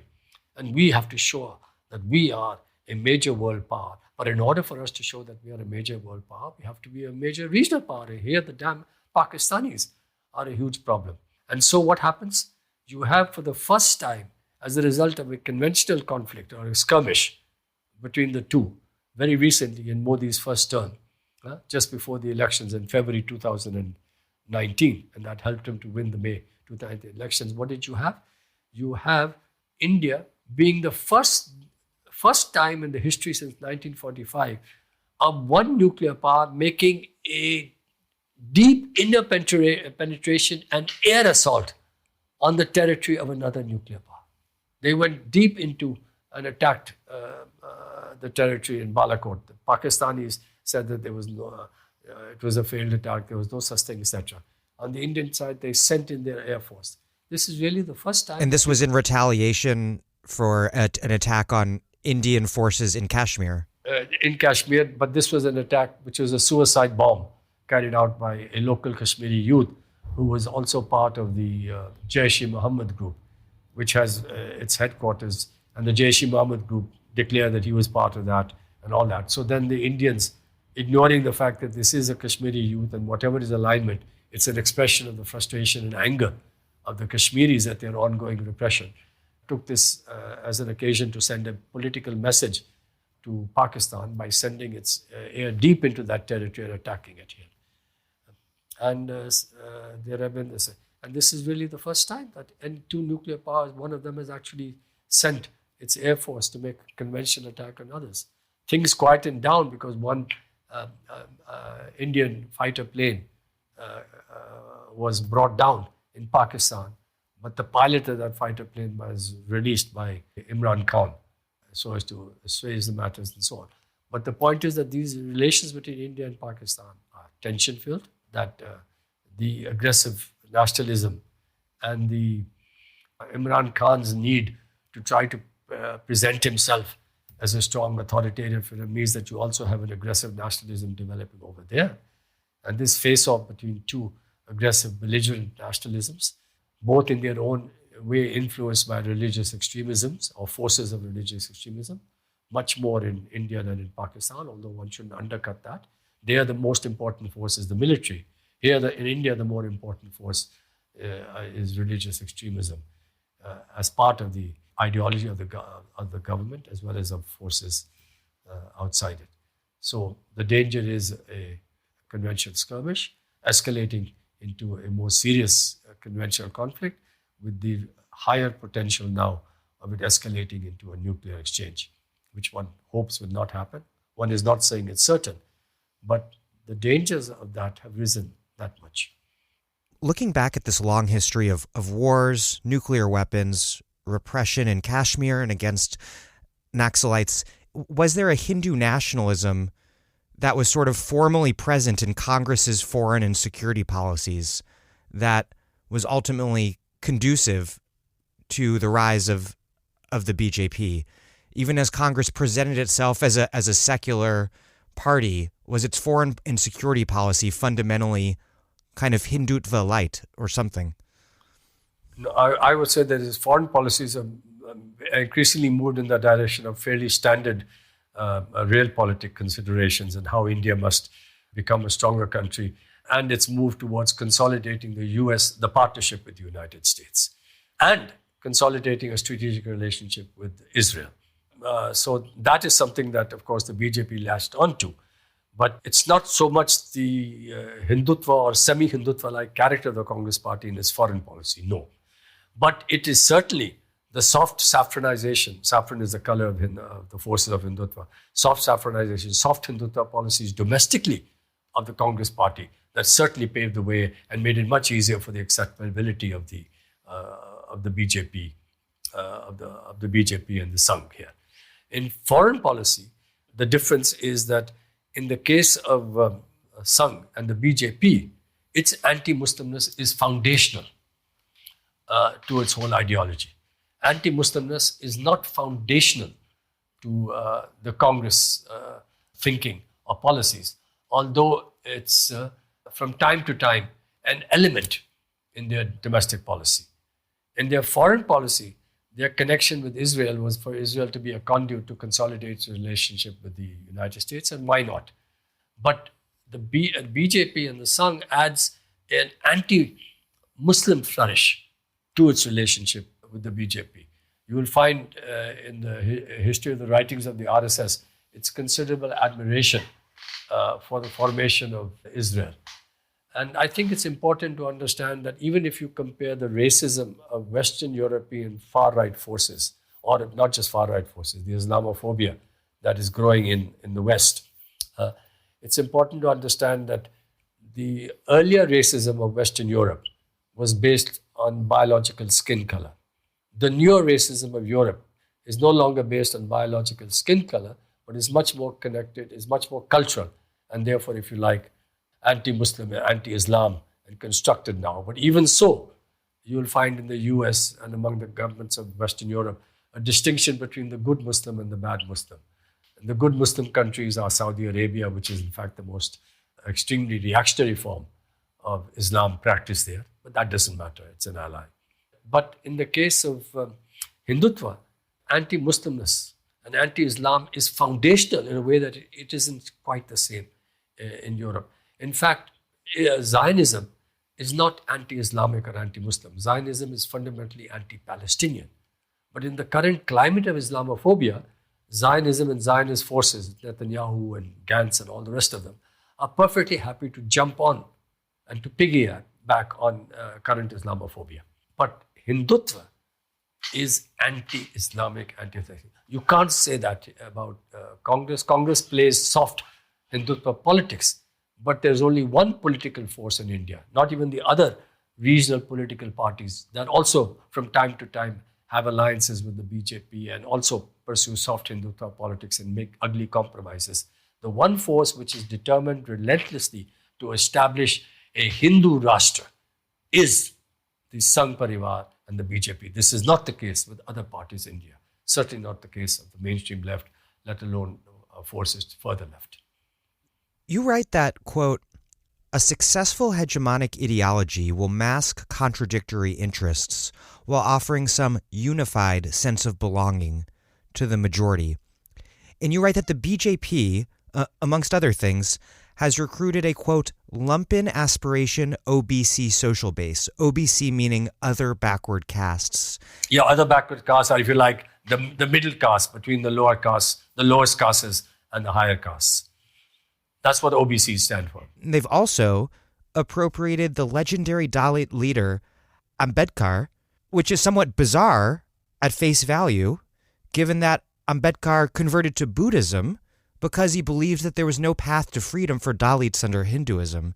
How has the BJP built this cross-caste coalition, and does that coalition hold contradictions that might ultimately be exploited by the opposition to the BJP by the left? Well, one is that the caste, there are two aspects of it. One, of course, is how is it that they've been able to do that when Ambedkar, the leader of the iconic figure of Dalits, of untouchables, went towards Buddhism, and how have they been able to appropriate him, and what about the possible reaction of anti-caste struggles in creating a stumbling block for them? I mean, this is the way I would interpret what you're saying. Correct. Just by way of contrast, do you know what is even more astonishing?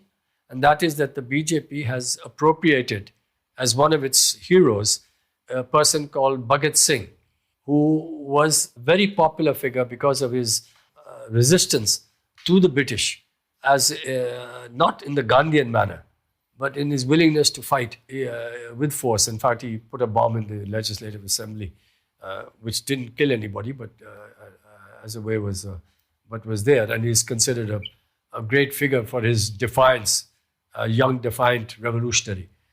Bhagat Singh saw himself as an atheist and a Marxist. But he's appropriated because he's still a very important figure for many, many people in India, of a defiant, vibrant, revolutionary figure committing his life to the struggle against colonialism. So on one hand, the BJP and the Sangh, precisely because it did not play any role in the national movement, has to try and appropriate nationalist icons and heroes and heroines of that period in order to rationalize itself as a great nationalist force. Now, coming to the question of Ambedkar and Hinduism, Ambedkar was completely fed up with Brahmanical Hinduism and decided that the only way for the caste system to fade away was to escape Hinduism by converting to Buddhism. Now, Hindutva has no problems with Buddhism because it is an indigenous religion to India, and therefore it says that it can come under the fold and so on. So on one hand, there is no problems with Buddhism there. On the other hand, Ambedkar's strategy of trying to escape the Brahmanical-based caste system by converting to Buddhism has not really succeeded. The proportion of Buddhists in India since the time Ambedkar did it to now has remained roughly the same. What this has meant is that the assertion of lower caste has largely been within the Hindu fold, and many of them have seen some merit and some sense of greater dignity by identifying themselves within this broader Hindu fold, which means that they become much more susceptible to many of the messages of the Hindutva, while Hindutva itself has been clever enough to appropriate not just Ambedkar, but to appropriate all kinds of local, regional folk heroes and heroines of the lowest caste, and say that they too are people that they admire and accept, and that we are all part of one greater brotherhood and so on. And this is how the BJP has managed to take advantage of this huge flourishing of regional politics and of middle and lower caste politics that emerged in, I think, the 80s or 90s as Congress's hold was loosening.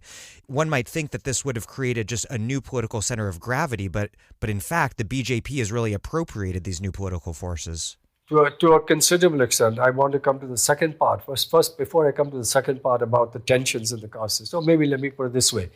I've just pointed out what the BJP and the Sangh Parivar and the RSS are doing from their perspective, from their side. Now let's look at what the lower caste movements have been doing from their side. Their assertions have done three things. One is that it's given a greater sense of dignity and self-respect for lower caste. Good. The second thing it has done is that it has also, through the policy of reservations in government education and jobs, enabled them to get greater material benefits. Good.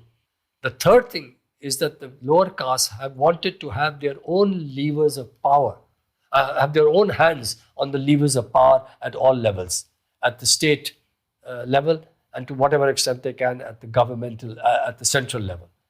Now this has required them to make cross-caste alliances with other castes, which means including with higher castes. And what has happened, of course, is that rather than seeking to destroy the caste system or the structures of the caste system, they have sought to use their position as lower caste to climb up the class and power ladder, if you like. And I'm suggesting that there is a parallel to what has happened to black politics in the United States, in which what has happened is that the earlier forms of black nationalism, pride, self-respect, hostility to racist structures and all, eventually ended up in a kind of black politics which is very much within the mainstream, part of the Clinton democratic machinery, is more about more and more blacks going up the class ladder, 4- or 5-fold increase in blacks in the American middle class, having effectively the same salaries and wage levels as their white counterparts in the same professions, maybe 1 or 2% difference at the most. And the power ladder, so much so that you can have President Obama, who's as bad in his foreign policy and most of his domestic policy as previous American presidents, and who has the temerity to see himself as a post-racial candidate. And racism is endemic and fundamental to American society, in the education system, in the prison population, all of these things here. But where is the struggle to destroy the structures of racism, which cannot be separated from the structures, from the struggle against the nature of neoliberal capitalism? So you're having a co-optation, or if you like, a relative co-optation, a substantial co-optation. You know better than me as to what is the adjective to use with regard to black struggles in the United States. The same thing is happening here. At the same time, as in the United States, the vector of racism and the struggle against racism remains crucially important and does constrain and does create problems for the likes of Trump and others. Similarly, the struggle of lower caste in India will continue to have problems for the BJP and RSS, because even as the RSS and BJP is willing to make more compromises for the Dalits, and it certainly will for the left or Muslims, or even for those liberals opposed to him, because it wants to build a larger Hindu unity, it can only go so far. It has to co-opt them, make serious concessions, but not go to the point in which it has to abandon the principles of upper caste Brahmanism. And therefore, that tension remains. How it will play out, however, is a different question. It needs a very different kind of leadership of the lower castes to connect with the class-based struggles, to connect with the struggles of others, and not simply to be preoccupied with their lower casteness. And I would suggest the same thing in the United States, when you have to have a very different kind of a leadership, which connects much more seriously across racial lines and along lower class lines, and with a perspective of fighting against the powers that be and the nature of the American political and capitalist system. So I would say in both cases, the possibility is there, it's something that we have to fight for, but so far, disappointment with the nature of the leaderships and the broad direction in which lower caste struggles are taking. What possibility is there for this sort of struggle in India? We haven't talked about the left much, but the Communist Party of India and the Communist Party of India Marxist, which has emerged from the CPI in a split during the 1960s, they are like the Congress Party, shadows of their former selves, but they were once powerful forces. Yes, indeed, they were, but they have lost there. And the basic strength is that, let me put it this way, their crisis today of the mainstream left is greater, perhaps, than that of the Congress Party. The Congress Party got 52 Lok Sabha seats. The left, the mainstream left, CPI, CPM, together got 4 seats. They've gone down to the lowest ever level. But the most serious problem is that they are now basically electoral forces, and they don't have the kind of ideologically disciplined, high morale, committed cadre force that is the basis for generating extra parliamentary mass mobilizations and struggles. What's common to the far right, as represented by the RSS and the Sangh Parivar, and the far left, or even the left, not just the far left, but the left, is that in a liberal democracy, it's what they do outside of the electoral arena that, and if they're successful in terms of their mobilizing outside the electoral, that is what gives them a stronger and stronger electoral presence. This is common to both the far left, the left on one side, and the mainstream left and far left in India on one side, and the far right on the other side. However, once the far right develops a very substantial electoral base, it is much, much more acceptable to the ruling classes, and therefore can much more easily go up the electoral ladder, as well as maintain through the resources and the authority and power that it gets from occupying the state for its extra parliamentary activities. But in the case of the left and the far left, they must consistently prioritize much more the struggle outside of the electoral arena, and not assume that if they are a significant force in the electoral arena, this will not be reversed, because the ruling class hates the left and the far left much more than it will hate the far right. But it would like, perhaps, depending on the occasions and how strong it is, to moderate it a little bit, etc. But it would like the elimination of the left, if it could. So there are many greater forces, powerful forces, working in support of the right and the far right than in the case of the left and the far right. But then if you're going to be a force that electorally, that mobilizes extra beyond the electoral arena, that gets more and more support, you can't do it without the most committed and dedicated cadres that believe that the future belongs to them. The great difference between the interwar fascist era and today is that in the interwar fascist era, when things were so bleak, the communist movement and communist cadres and communists said the future still belongs to us. It's now much more difficult for the left everywhere to say the same thing about the coming future. And as for the CPM and the CPI or even the Naxalites, the main ideological influences on them have been Stalinism and Maoism. And the fact that Russia and China have never created a political system which can attract others because of its lack of democracy, and which has been rationalized by their particular understandings of Marxism and socialism. In contrast, if you like, to those currents outside of Stalinism and Maoism that had a much stronger commitment to democratic socialism. If they don't rethink their own politics and their own understanding, how are you going to develop the necessary ideological commitment and discipline and enthusiasm and the attraction of that ideology for others? My last question, looking forward to the future, I was surprised to see you write that a left government winning power in the UK or here in the US might be the only near-term hope for changing the trajectory of Indian politics. Why does what happens over here matter so much for the future of India? Well, one, of course, obviously, is that you are having a much greater, much more connected world order, both in terms of economy and communications, and a changing of the relationship of forces, especially if the United States goes along with Sanders and not Elizabeth Warren, whose position on Israel is a disgrace. Not that Sanders is very good, but it's better than Warren. Sorry about that. But Sanders is much more serious a socialist than Elizabeth Warren. But anyway, if it goes in that particular direction, or Jeremy Corbyn coming in, it changes the picture very dramatically in terms of relationship of forces internationally. The fact that young people and the left are becoming more significant and radical in these countries will definitely have its effect on other countries, plus different policies.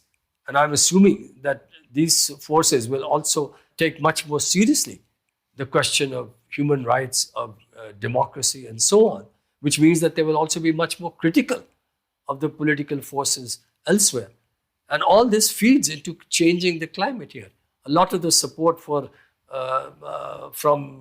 non-faithful followers of the far right or the right among liberals will change if, in contrast to Trump hailing Modi, you have those who are very critical of it, as Jeremy Corbyn has been, and Sanders to a lesser extent. And then don't forget, specific policy changes can also make a difference. Take, for example, the question of nuclear weapons. You know which is the only major governmental party in a nuclear weapons country, which on 2 occasions, when it was in opposition, said that if it comes to power, it will go in for unilateral disarmament, nuclear disarmament? It was the Labour Party in Britain. Jeremy Corbyn himself has always been committed to unilateral disarmament. Because of the differences within the Labour Party, he's had to keep quiet on this and tone it down. But if he were But it's a core commitment of his. But it's something that becomes on the agenda. Or if you like, if there's a big mess up about Brexit, Scotland separates, that will be the end of the British... there goes the Trident. The Trident, whose bases are in Scotland. All of these things would have an obvious change. Plus, what happens in the United States or in Britain has its effect in Western Europe. It has, and insofar as it will have its effect in Western Europe, has effect in young people. All of these things change the mood, it changes the climate, it raises morale, all of these things. So definitely. And interestingly, I think there are many Indian American youth who support Bernie here, whose parents support Modi. I just hope that those youth who support Bernie Sanders don't support Modi, even though their parents do, which means that their class struggle has to start at home, and I hope you're right about that. The problem, in many ways, and this may be changing because you're having a generation of Indian Americans who are born there, who are more open and all the rest of it, I hope. But there's a difference between the Indian diaspora in UK and the Indian diaspora in the United States, especially after 1964-65, when immigration laws in the United States allowed for more and more people to come in. Britain, which colonized India, had to have a whole set of Indians that came from the poorer parts of the world in search of jobs after independence, and they migrated to Britain. And when they migrated to Britain from poorer parts of Bangladesh, the Sylhet district, or from Pakistan, or from Punjab in India and elsewhere, they met with racism and at the factory floor and in neighborhoods and so on. And there's a whole richer history of fighting against racism among the Indian and Asian diaspora in the UK. In the case of the Indian diaspora in the United States, leave aside the earlier period in the beginning of the 1900s, have come from the better off sections of Indian society, the richer sections, professionals and so on. They are there.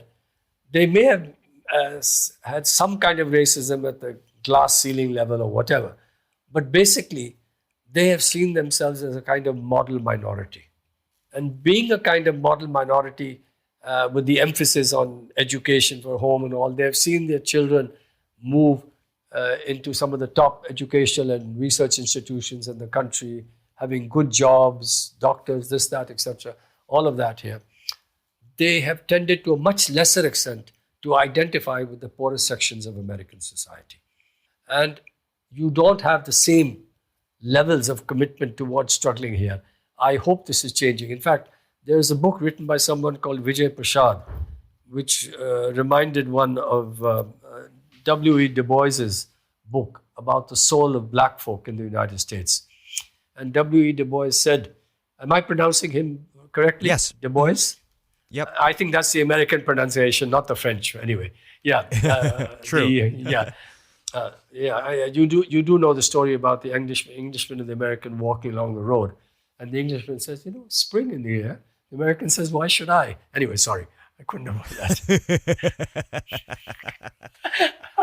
Anyway, my point is here is that what you have is that W. Du Bois he said the Negro problem. What do you mean by the Negro problem? It's a white problem. It's not a Negro problem, but it's called the Negro problem. So his point, of course, was that look at this. But in the case of the Indian diaspora, Vijay Prashad wrote a book called The Karma of Brown Folk, and which he said, where Du Bois said, how does it feel to be the problem, referring to the term Negro as was used then. And Vijay Prashad says, the karma of brown folk, how does it feel to be the solution? Huh. My point here is when the Indians who are part of this model minority and so happy to have that term given to them, they come to India, their Americanness tells them that, listen, how do you run things in India like this? In the United States, it's so much better. And blah, blah, blah, blah, blah. When they are in the United States, they will look down upon their American counterparts and go, "Arey, you are Americans. We come from India. Look at our wonderful civilization, how great we are. And don't you see how disproportionately more of us youngsters are in the IITs and in Harvard and this, blah, blah, blah, and all the rest of it." Either way, they can't lose, can they? I'm just hoping that the young Indian Americans that you're talking about will break away from this kind of rubbish and will identify themselves much more. In fact, I remember going when I was in Yale, a long time ago, and there was a class. I was talking about India to a group of Indian Americans, and I asked them. I said, "What do you think is the mark of a great nation?" And I got the usual standard formulas about how India could be great. If it has great science and technology, if it has a great military power, if the average standard of living is very high, and this and that. And out of those 25, only one person said what I truly believe in. And he said, the mark of a really great and decent nation is the way it treats the most indigent, deprived, and helpless. And that really is the mark of how decent and great a society is. But I'm afraid that in India, we are far away from that. And I think that even in the United States, it has a long, long way to go. Well, Achin Vanaik, thank you very much. Okay, thank you.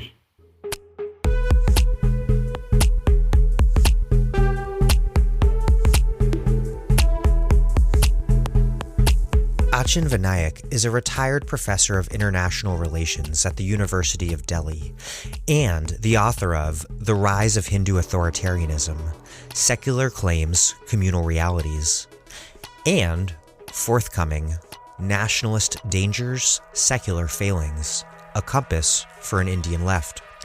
Thank you for listening to The Dig from Jacobin Magazine. As Marx once said, after noting that, for each new class which puts itself in the place of one ruling before it, is compelled merely in order to carry through its aim, to represent its interest as the common interest of all the members of society. That is, expressed in ideal form, it has to give its ideas the form of universality and represent them as the only rational, universally valid ones. While other podcasts have only interpreted the world in various ways, our point is to change it. We are posting new episodes every week. The Dig was produced by Alex Lewis, music by Jeffrey Brodsky. Our communications coordinators are Julia Rock and Zachary Nin. Our senior advisor is Thea Riofrancos. Check out our vast archives at thedigradio.com. Follow us on Twitter at thedigradio, and please find us wherever you get podcasts and subscribe. If it's on iTunes or whatever platform, please also leave us a nice review.